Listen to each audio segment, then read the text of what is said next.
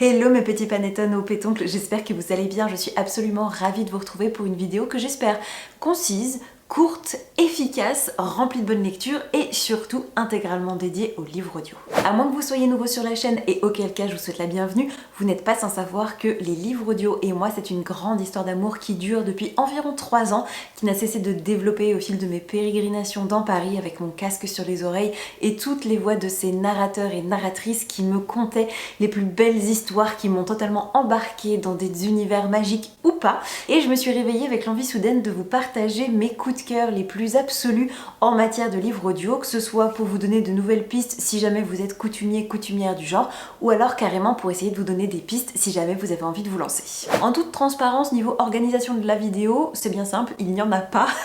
C'est-à-dire qu'il n'y a pas de classement par préférence ou par catégorie, par genre, c'est plutôt au feeling, on va les prendre tels qu'ils viennent. Si ce n'est qu'il y a quand même une petite subtilité, c'est que je garde le meilleur pour la fin, mon favori de favori de favori. Mais à part ça, franchement, c'est que des coups de cœur, que des bons moments, que des excellentes lectures, que de fabuleuses écoutes, donc franchement, vous pouvez y aller les yeux fermés avec chacun des titres dont on va parler aujourd'hui. On va attaquer très fort avec un texte qui tabasse et qui m'a vraiment assommé au moment de l'écoute. Il s'agit de La vraie vie d'Adeline Dieudonné, qui est à la base publiée en physique aux éditions de l'Iconoclaste et qui raconte l'histoire d'une jeune adolescente qui vit dans un quartier résidentiel, tout ce qu'il y a de plus classique, dans un pavillon d'une banalité affligeante, et elle y vit avec son petit frère Gilles, son père qui est très violent, très bizarre, et sa mère qu'elle ne considère pour ainsi dire pas, puisqu'elle l'appelle le phasme. Enfin en tout cas c'est une espèce d'entité un peu transparente, sans colonne vertébrale, qui n'a pas vraiment de personnalité et pas non plus d'incarnation dans le texte. Et cette petite famille dont les membres sont quand même assez froids et distants les uns envers les autres va un peu exploser quand il va se passer quelque chose dans la vie quotidienne qui va littéralement marquer une rupture dont on ne peut que se souvenir, et cet élément en particulier va avoir un impact très profond sur Gilles, le petit frère. Et ça va être l'histoire de cette jeune fille qui va essayer de protéger son frère, d'atténuer les séquelles de ce traumatisme tout en essayant de tirer son épingle du jeu dans cette vie qui n'est pas simple. Et ça m'a énormément marqué, énormément impacté. Il y a vraiment des scènes dont je me souviens au détail près, qui se sont imprégnées dans ma chair, qui se sont déposées, qui ont décanté dans mon être et que je pense ne sortiront jamais de mon esprit. Donc ça a été un vrai tour de force, et en plus c'est lu par Adeline Dieudonné elle-même, donc ça apporte une tonalité, une plus-value qui ne sont absolument pas négligeables, et c'était vraiment un excellent moment, très marquant, très vif, très poisseux, très noir, et en même temps hyper bien mené. Autre merveilleux livre audio interprété par son auteur, beaucoup plus doux et nostalgique celui-ci, il s'agit de Neverland, écrit et lu par Timothée de Fombelle, également publié à la base aux éditions de l'Iconoclaste, et on va simplement suivre les pérégrinations de l'auteur dans ce monde métaphysique qu'est l'enfance, avec une poésie et une plume d'une élégance et d'une tendresse et d'une émotion et d'une mélancolie qui font merveille, qui font sensation. Je trouve que c'est un récit, une narration très enveloppante, très ronronnante, très rythmique, très poétique aussi, et je me souviens avec grande émotion et vivacité du jour où je l'ai écouté, puisque je partais à la fac, j'ai donc enfilé mon casque pour faire mon trajet, et j'étais tout bonnement incapable de sortir de cette rythmique, de cette mélodie que nous a tricoté Timothée de Fombelle jusqu'à la dernière note, jusqu'à la dernière touche, jusqu'à la dernière lettre, à tel point que j'avais encore mon casque sur les oreilles pendant l'amphithéâtre à la Sorbonne, pendant un cours, je crois, sur le droit audiovisuel ou la propriété intellectuelle audiovisuelle, quelque chose dans cet esprit-là,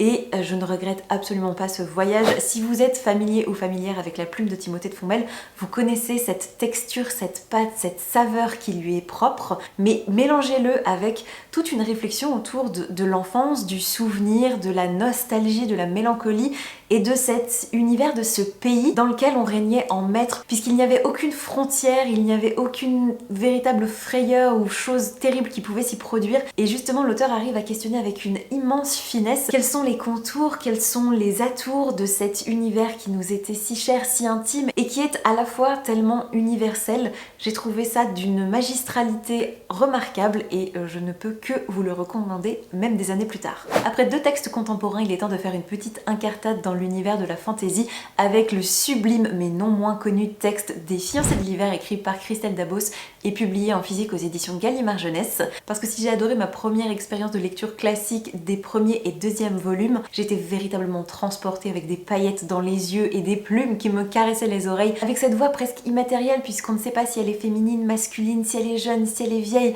Elle est juste sans contour et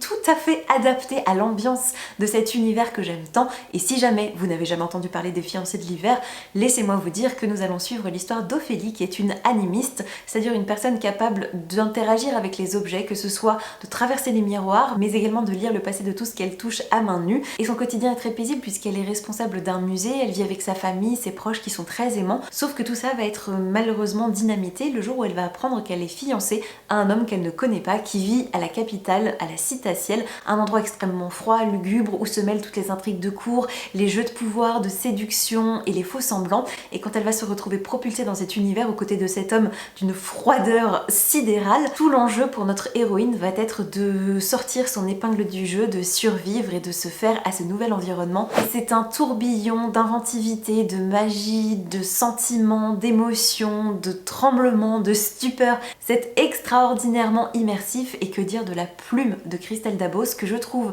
à la fois efficace, contemporaine et en même temps avec cette pointe de désuet, avec beaucoup de vocabulaire, avec beaucoup de petites trouvailles qui sont presque des caresses. J'avais l'impression de tenir les mots, les expressions au creux de ma paume. C'était sensationnel et je ne peux que vous recommander sa version audio qui est magistrale. Autre univers de fantasy à côté duquel vous ne pouvez pas passer, sauf si vous l'avez déjà découvert, il s'agit bien entendu de la trilogie Elana, écrite par Pierre Bottero et lue par Jessica Monceau, qui est donc la personne qui prête sa voix notamment à Triss dans Divergente, donc qui a une voix très chaude et une capacité à incarner le personnage avec brio. J'ai été totalement transportée parce que je suis quelqu'un qui est très sensible aux voix, à leur tonalité, à leur chaleur, à leur texture, à leur timbre, et là j'ai été totalement embarquée dans cet univers qui est d'une richesse, d'une inventivité et surtout d'une modernité remarquable, parce qu'il a quand même quelques années, mais c'est une héroïne actuelle, contemporaine, qui coche toutes les cases de ce qu'on aime dans les figures littéraires féminines inspirantes comme on les aime. Parce que si vous n'avez jamais entendu parler d'Elana,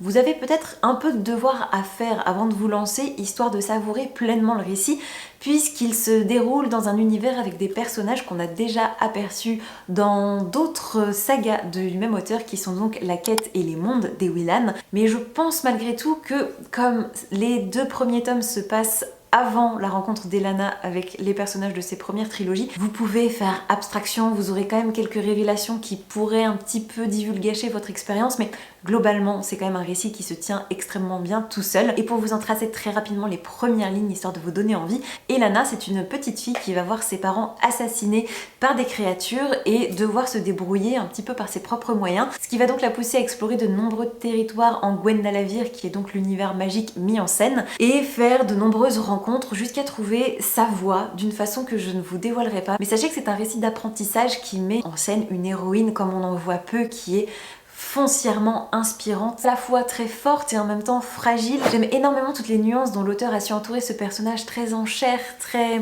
réaliste, qu'on peut presque toucher du doigt, et rien que pour ça vous devez découvrir Elana, mais dans sa version audio. C'est une folle aventure qui va se dérouler devant vos yeux pendant que vous l'écoutez. C'est un récit jeunesse, mais pas tant que ça, qui vraiment se rapproche du conte. C'est une extraordinaire épopée dont il serait dommage de vous priver. Avec la prochaine recommandation, on va beaucoup moins voyager, mais ça devrait quand même titiller votre corde nostalgique et sensible si vous êtes de la même génération que moi, puisque je vais vous parler maintenant de Numéro 2, écrit par David Fuenquinos, publié aux éditions Gallimard et lu par Anaïs de Moustier.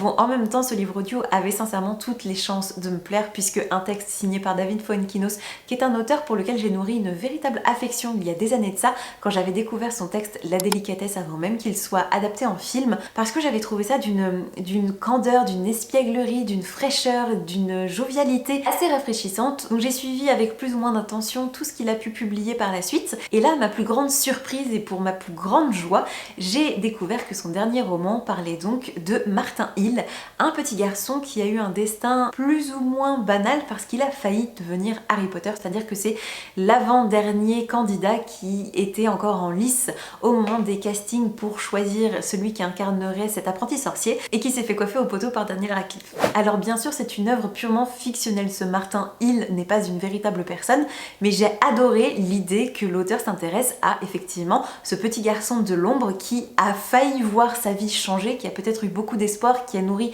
de grandes ambitions et qui a vu le rêve s'effondrer avant même d'attaquer. Et David Fuenquinos s'amuse à imaginer les conséquences, l'impact que va avoir ce casting sur la vie de Martin Hill. Et j'ai beaucoup apprécié cette lecture parce que c'est aussi entrecoupé par des faits tout à fait réels et vérifiés sur l'univers, sur les débuts du tournage, sur le casting, son déroulement et les retombées médiatiques et culturelles que va avoir la saga de films sur le monde contemporain. Donc c'était un véritable régal de replonger dans ces années avec la sortie des livres, avec l'émergence de ce véritable phénomène qui est devenu Harry Potter et j'ai trouvé ça sensationnel, en plus lu par une actrice de talent, Anaïs de Moustier. C'est un cocktail qui fonctionne hyper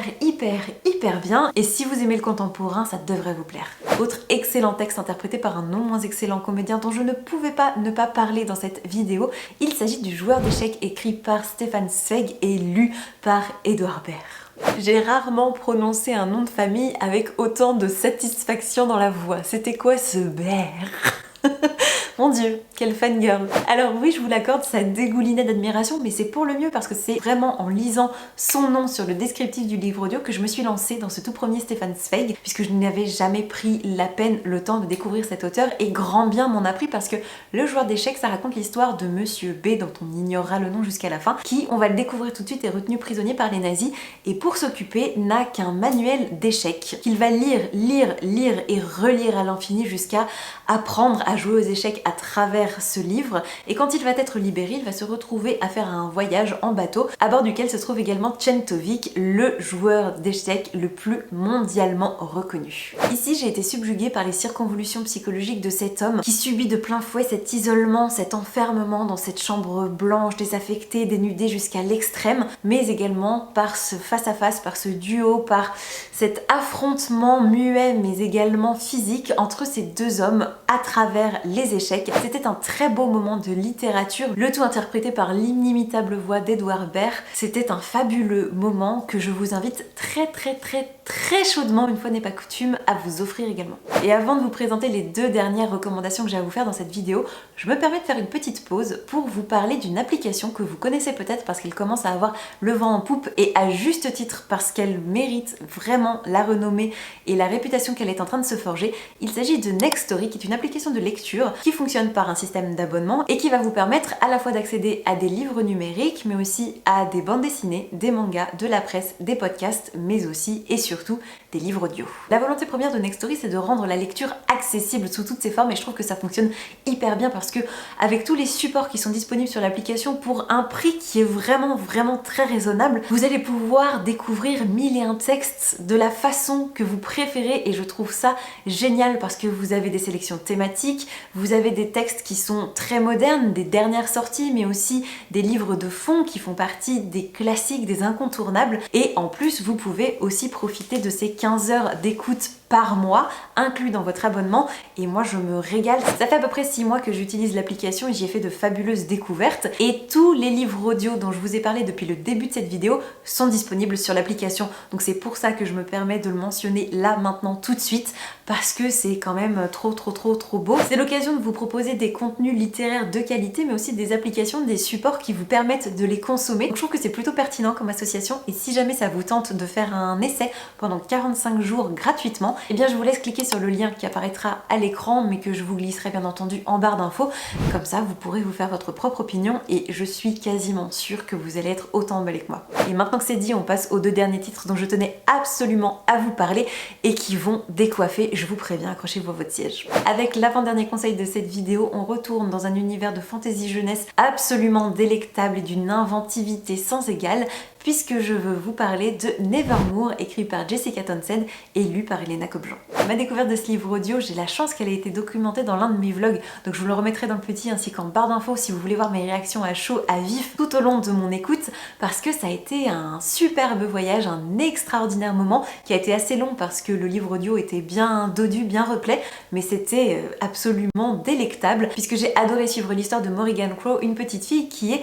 maudite puisqu'elle est destinée à mourir le jour de son 11e anniversaire, mais sa vie ne sera pas tranquille et paisible jusqu'alors puisque elle est également accusée de tous les maux qui peuvent frapper le monde, c'est-à-dire que quelqu'un va se casser une jambe, va tomber malade, il va perdre quelque chose de précieux. C'est Morrigan qui va porter le chapeau, qui va devoir présenter ses excuses et essayer d'arranger un petit peu la situation, d'arrondir les angles. Et le jour de son 11e anniversaire, le fameux moment durant lequel elle doit trouver la mort et périr, elle va être sauvée in extremis par Jupiter, un extravagant bonhomme qui sort de nulle part à la chevelure flamboyante, qui va l'embarquer à Nevermore, une cité magique dans laquelle elle va essayer de s'intégrer en passant des épreuves. Et ça, c'est le début du premier volume. Mais cette saga gagne en complexité, en texture et en volume au fil des tomes. Là, on en est actuellement au 3e publié en français et j'ai hâte que la suite sorte, d'autant que je crois que cette série va être assez longue puisqu'il me semble qu'il nous a été promis à peu près 9 volumes, donc on a encore de quoi voir venir, mais je trouve que ça s'intensifie, ça gagne en maturité,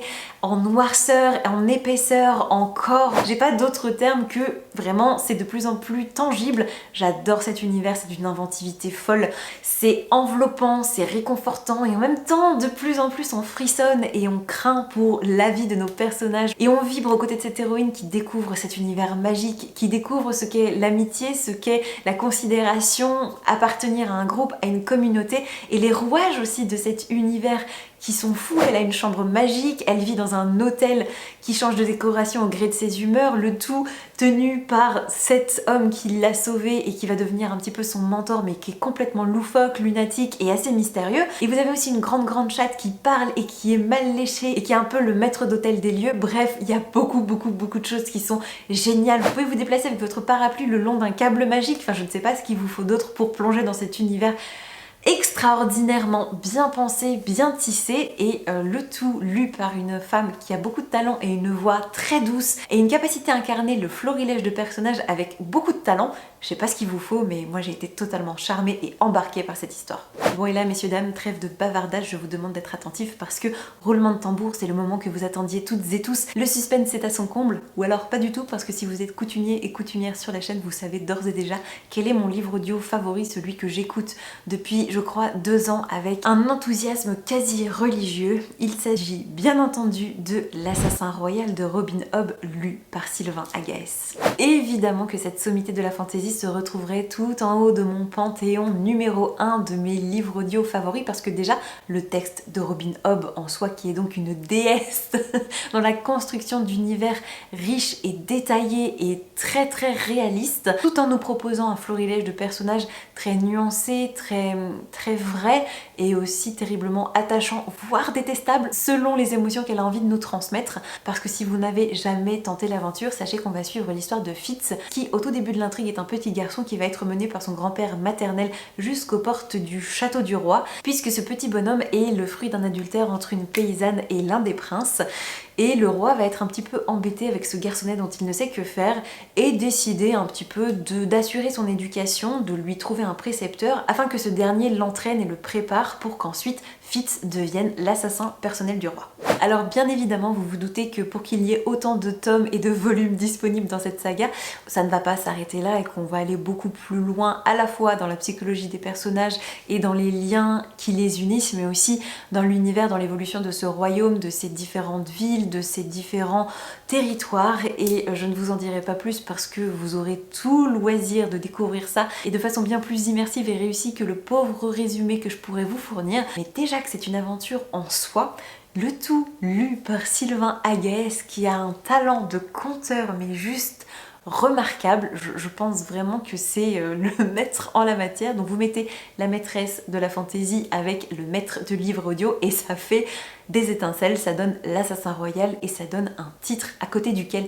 vous ne pouvez, ne devez pas passer. Et c'est sur cette recommandation à la limite de l'ordre impérieux que cette vidéo se termine. J'espère sincèrement qu'elle vous aura plu, que vous aurez pris plaisir à la regarder et que vous aurez pourquoi pas noté quelques livres audio à vous mettre sous la dent ou en tout cas sur les oreilles. N'hésitez pas à me raconter tout ça dans les commentaires et à me laisser vos propres recommandations. Je serais ravie de leur donner une chance. Et en attendant de vous lire, je vous souhaite comme d'habitude de merveilleuses rencontres de papier et je vous dis à très vite pour la prochaine vidéo. Ciao ciao!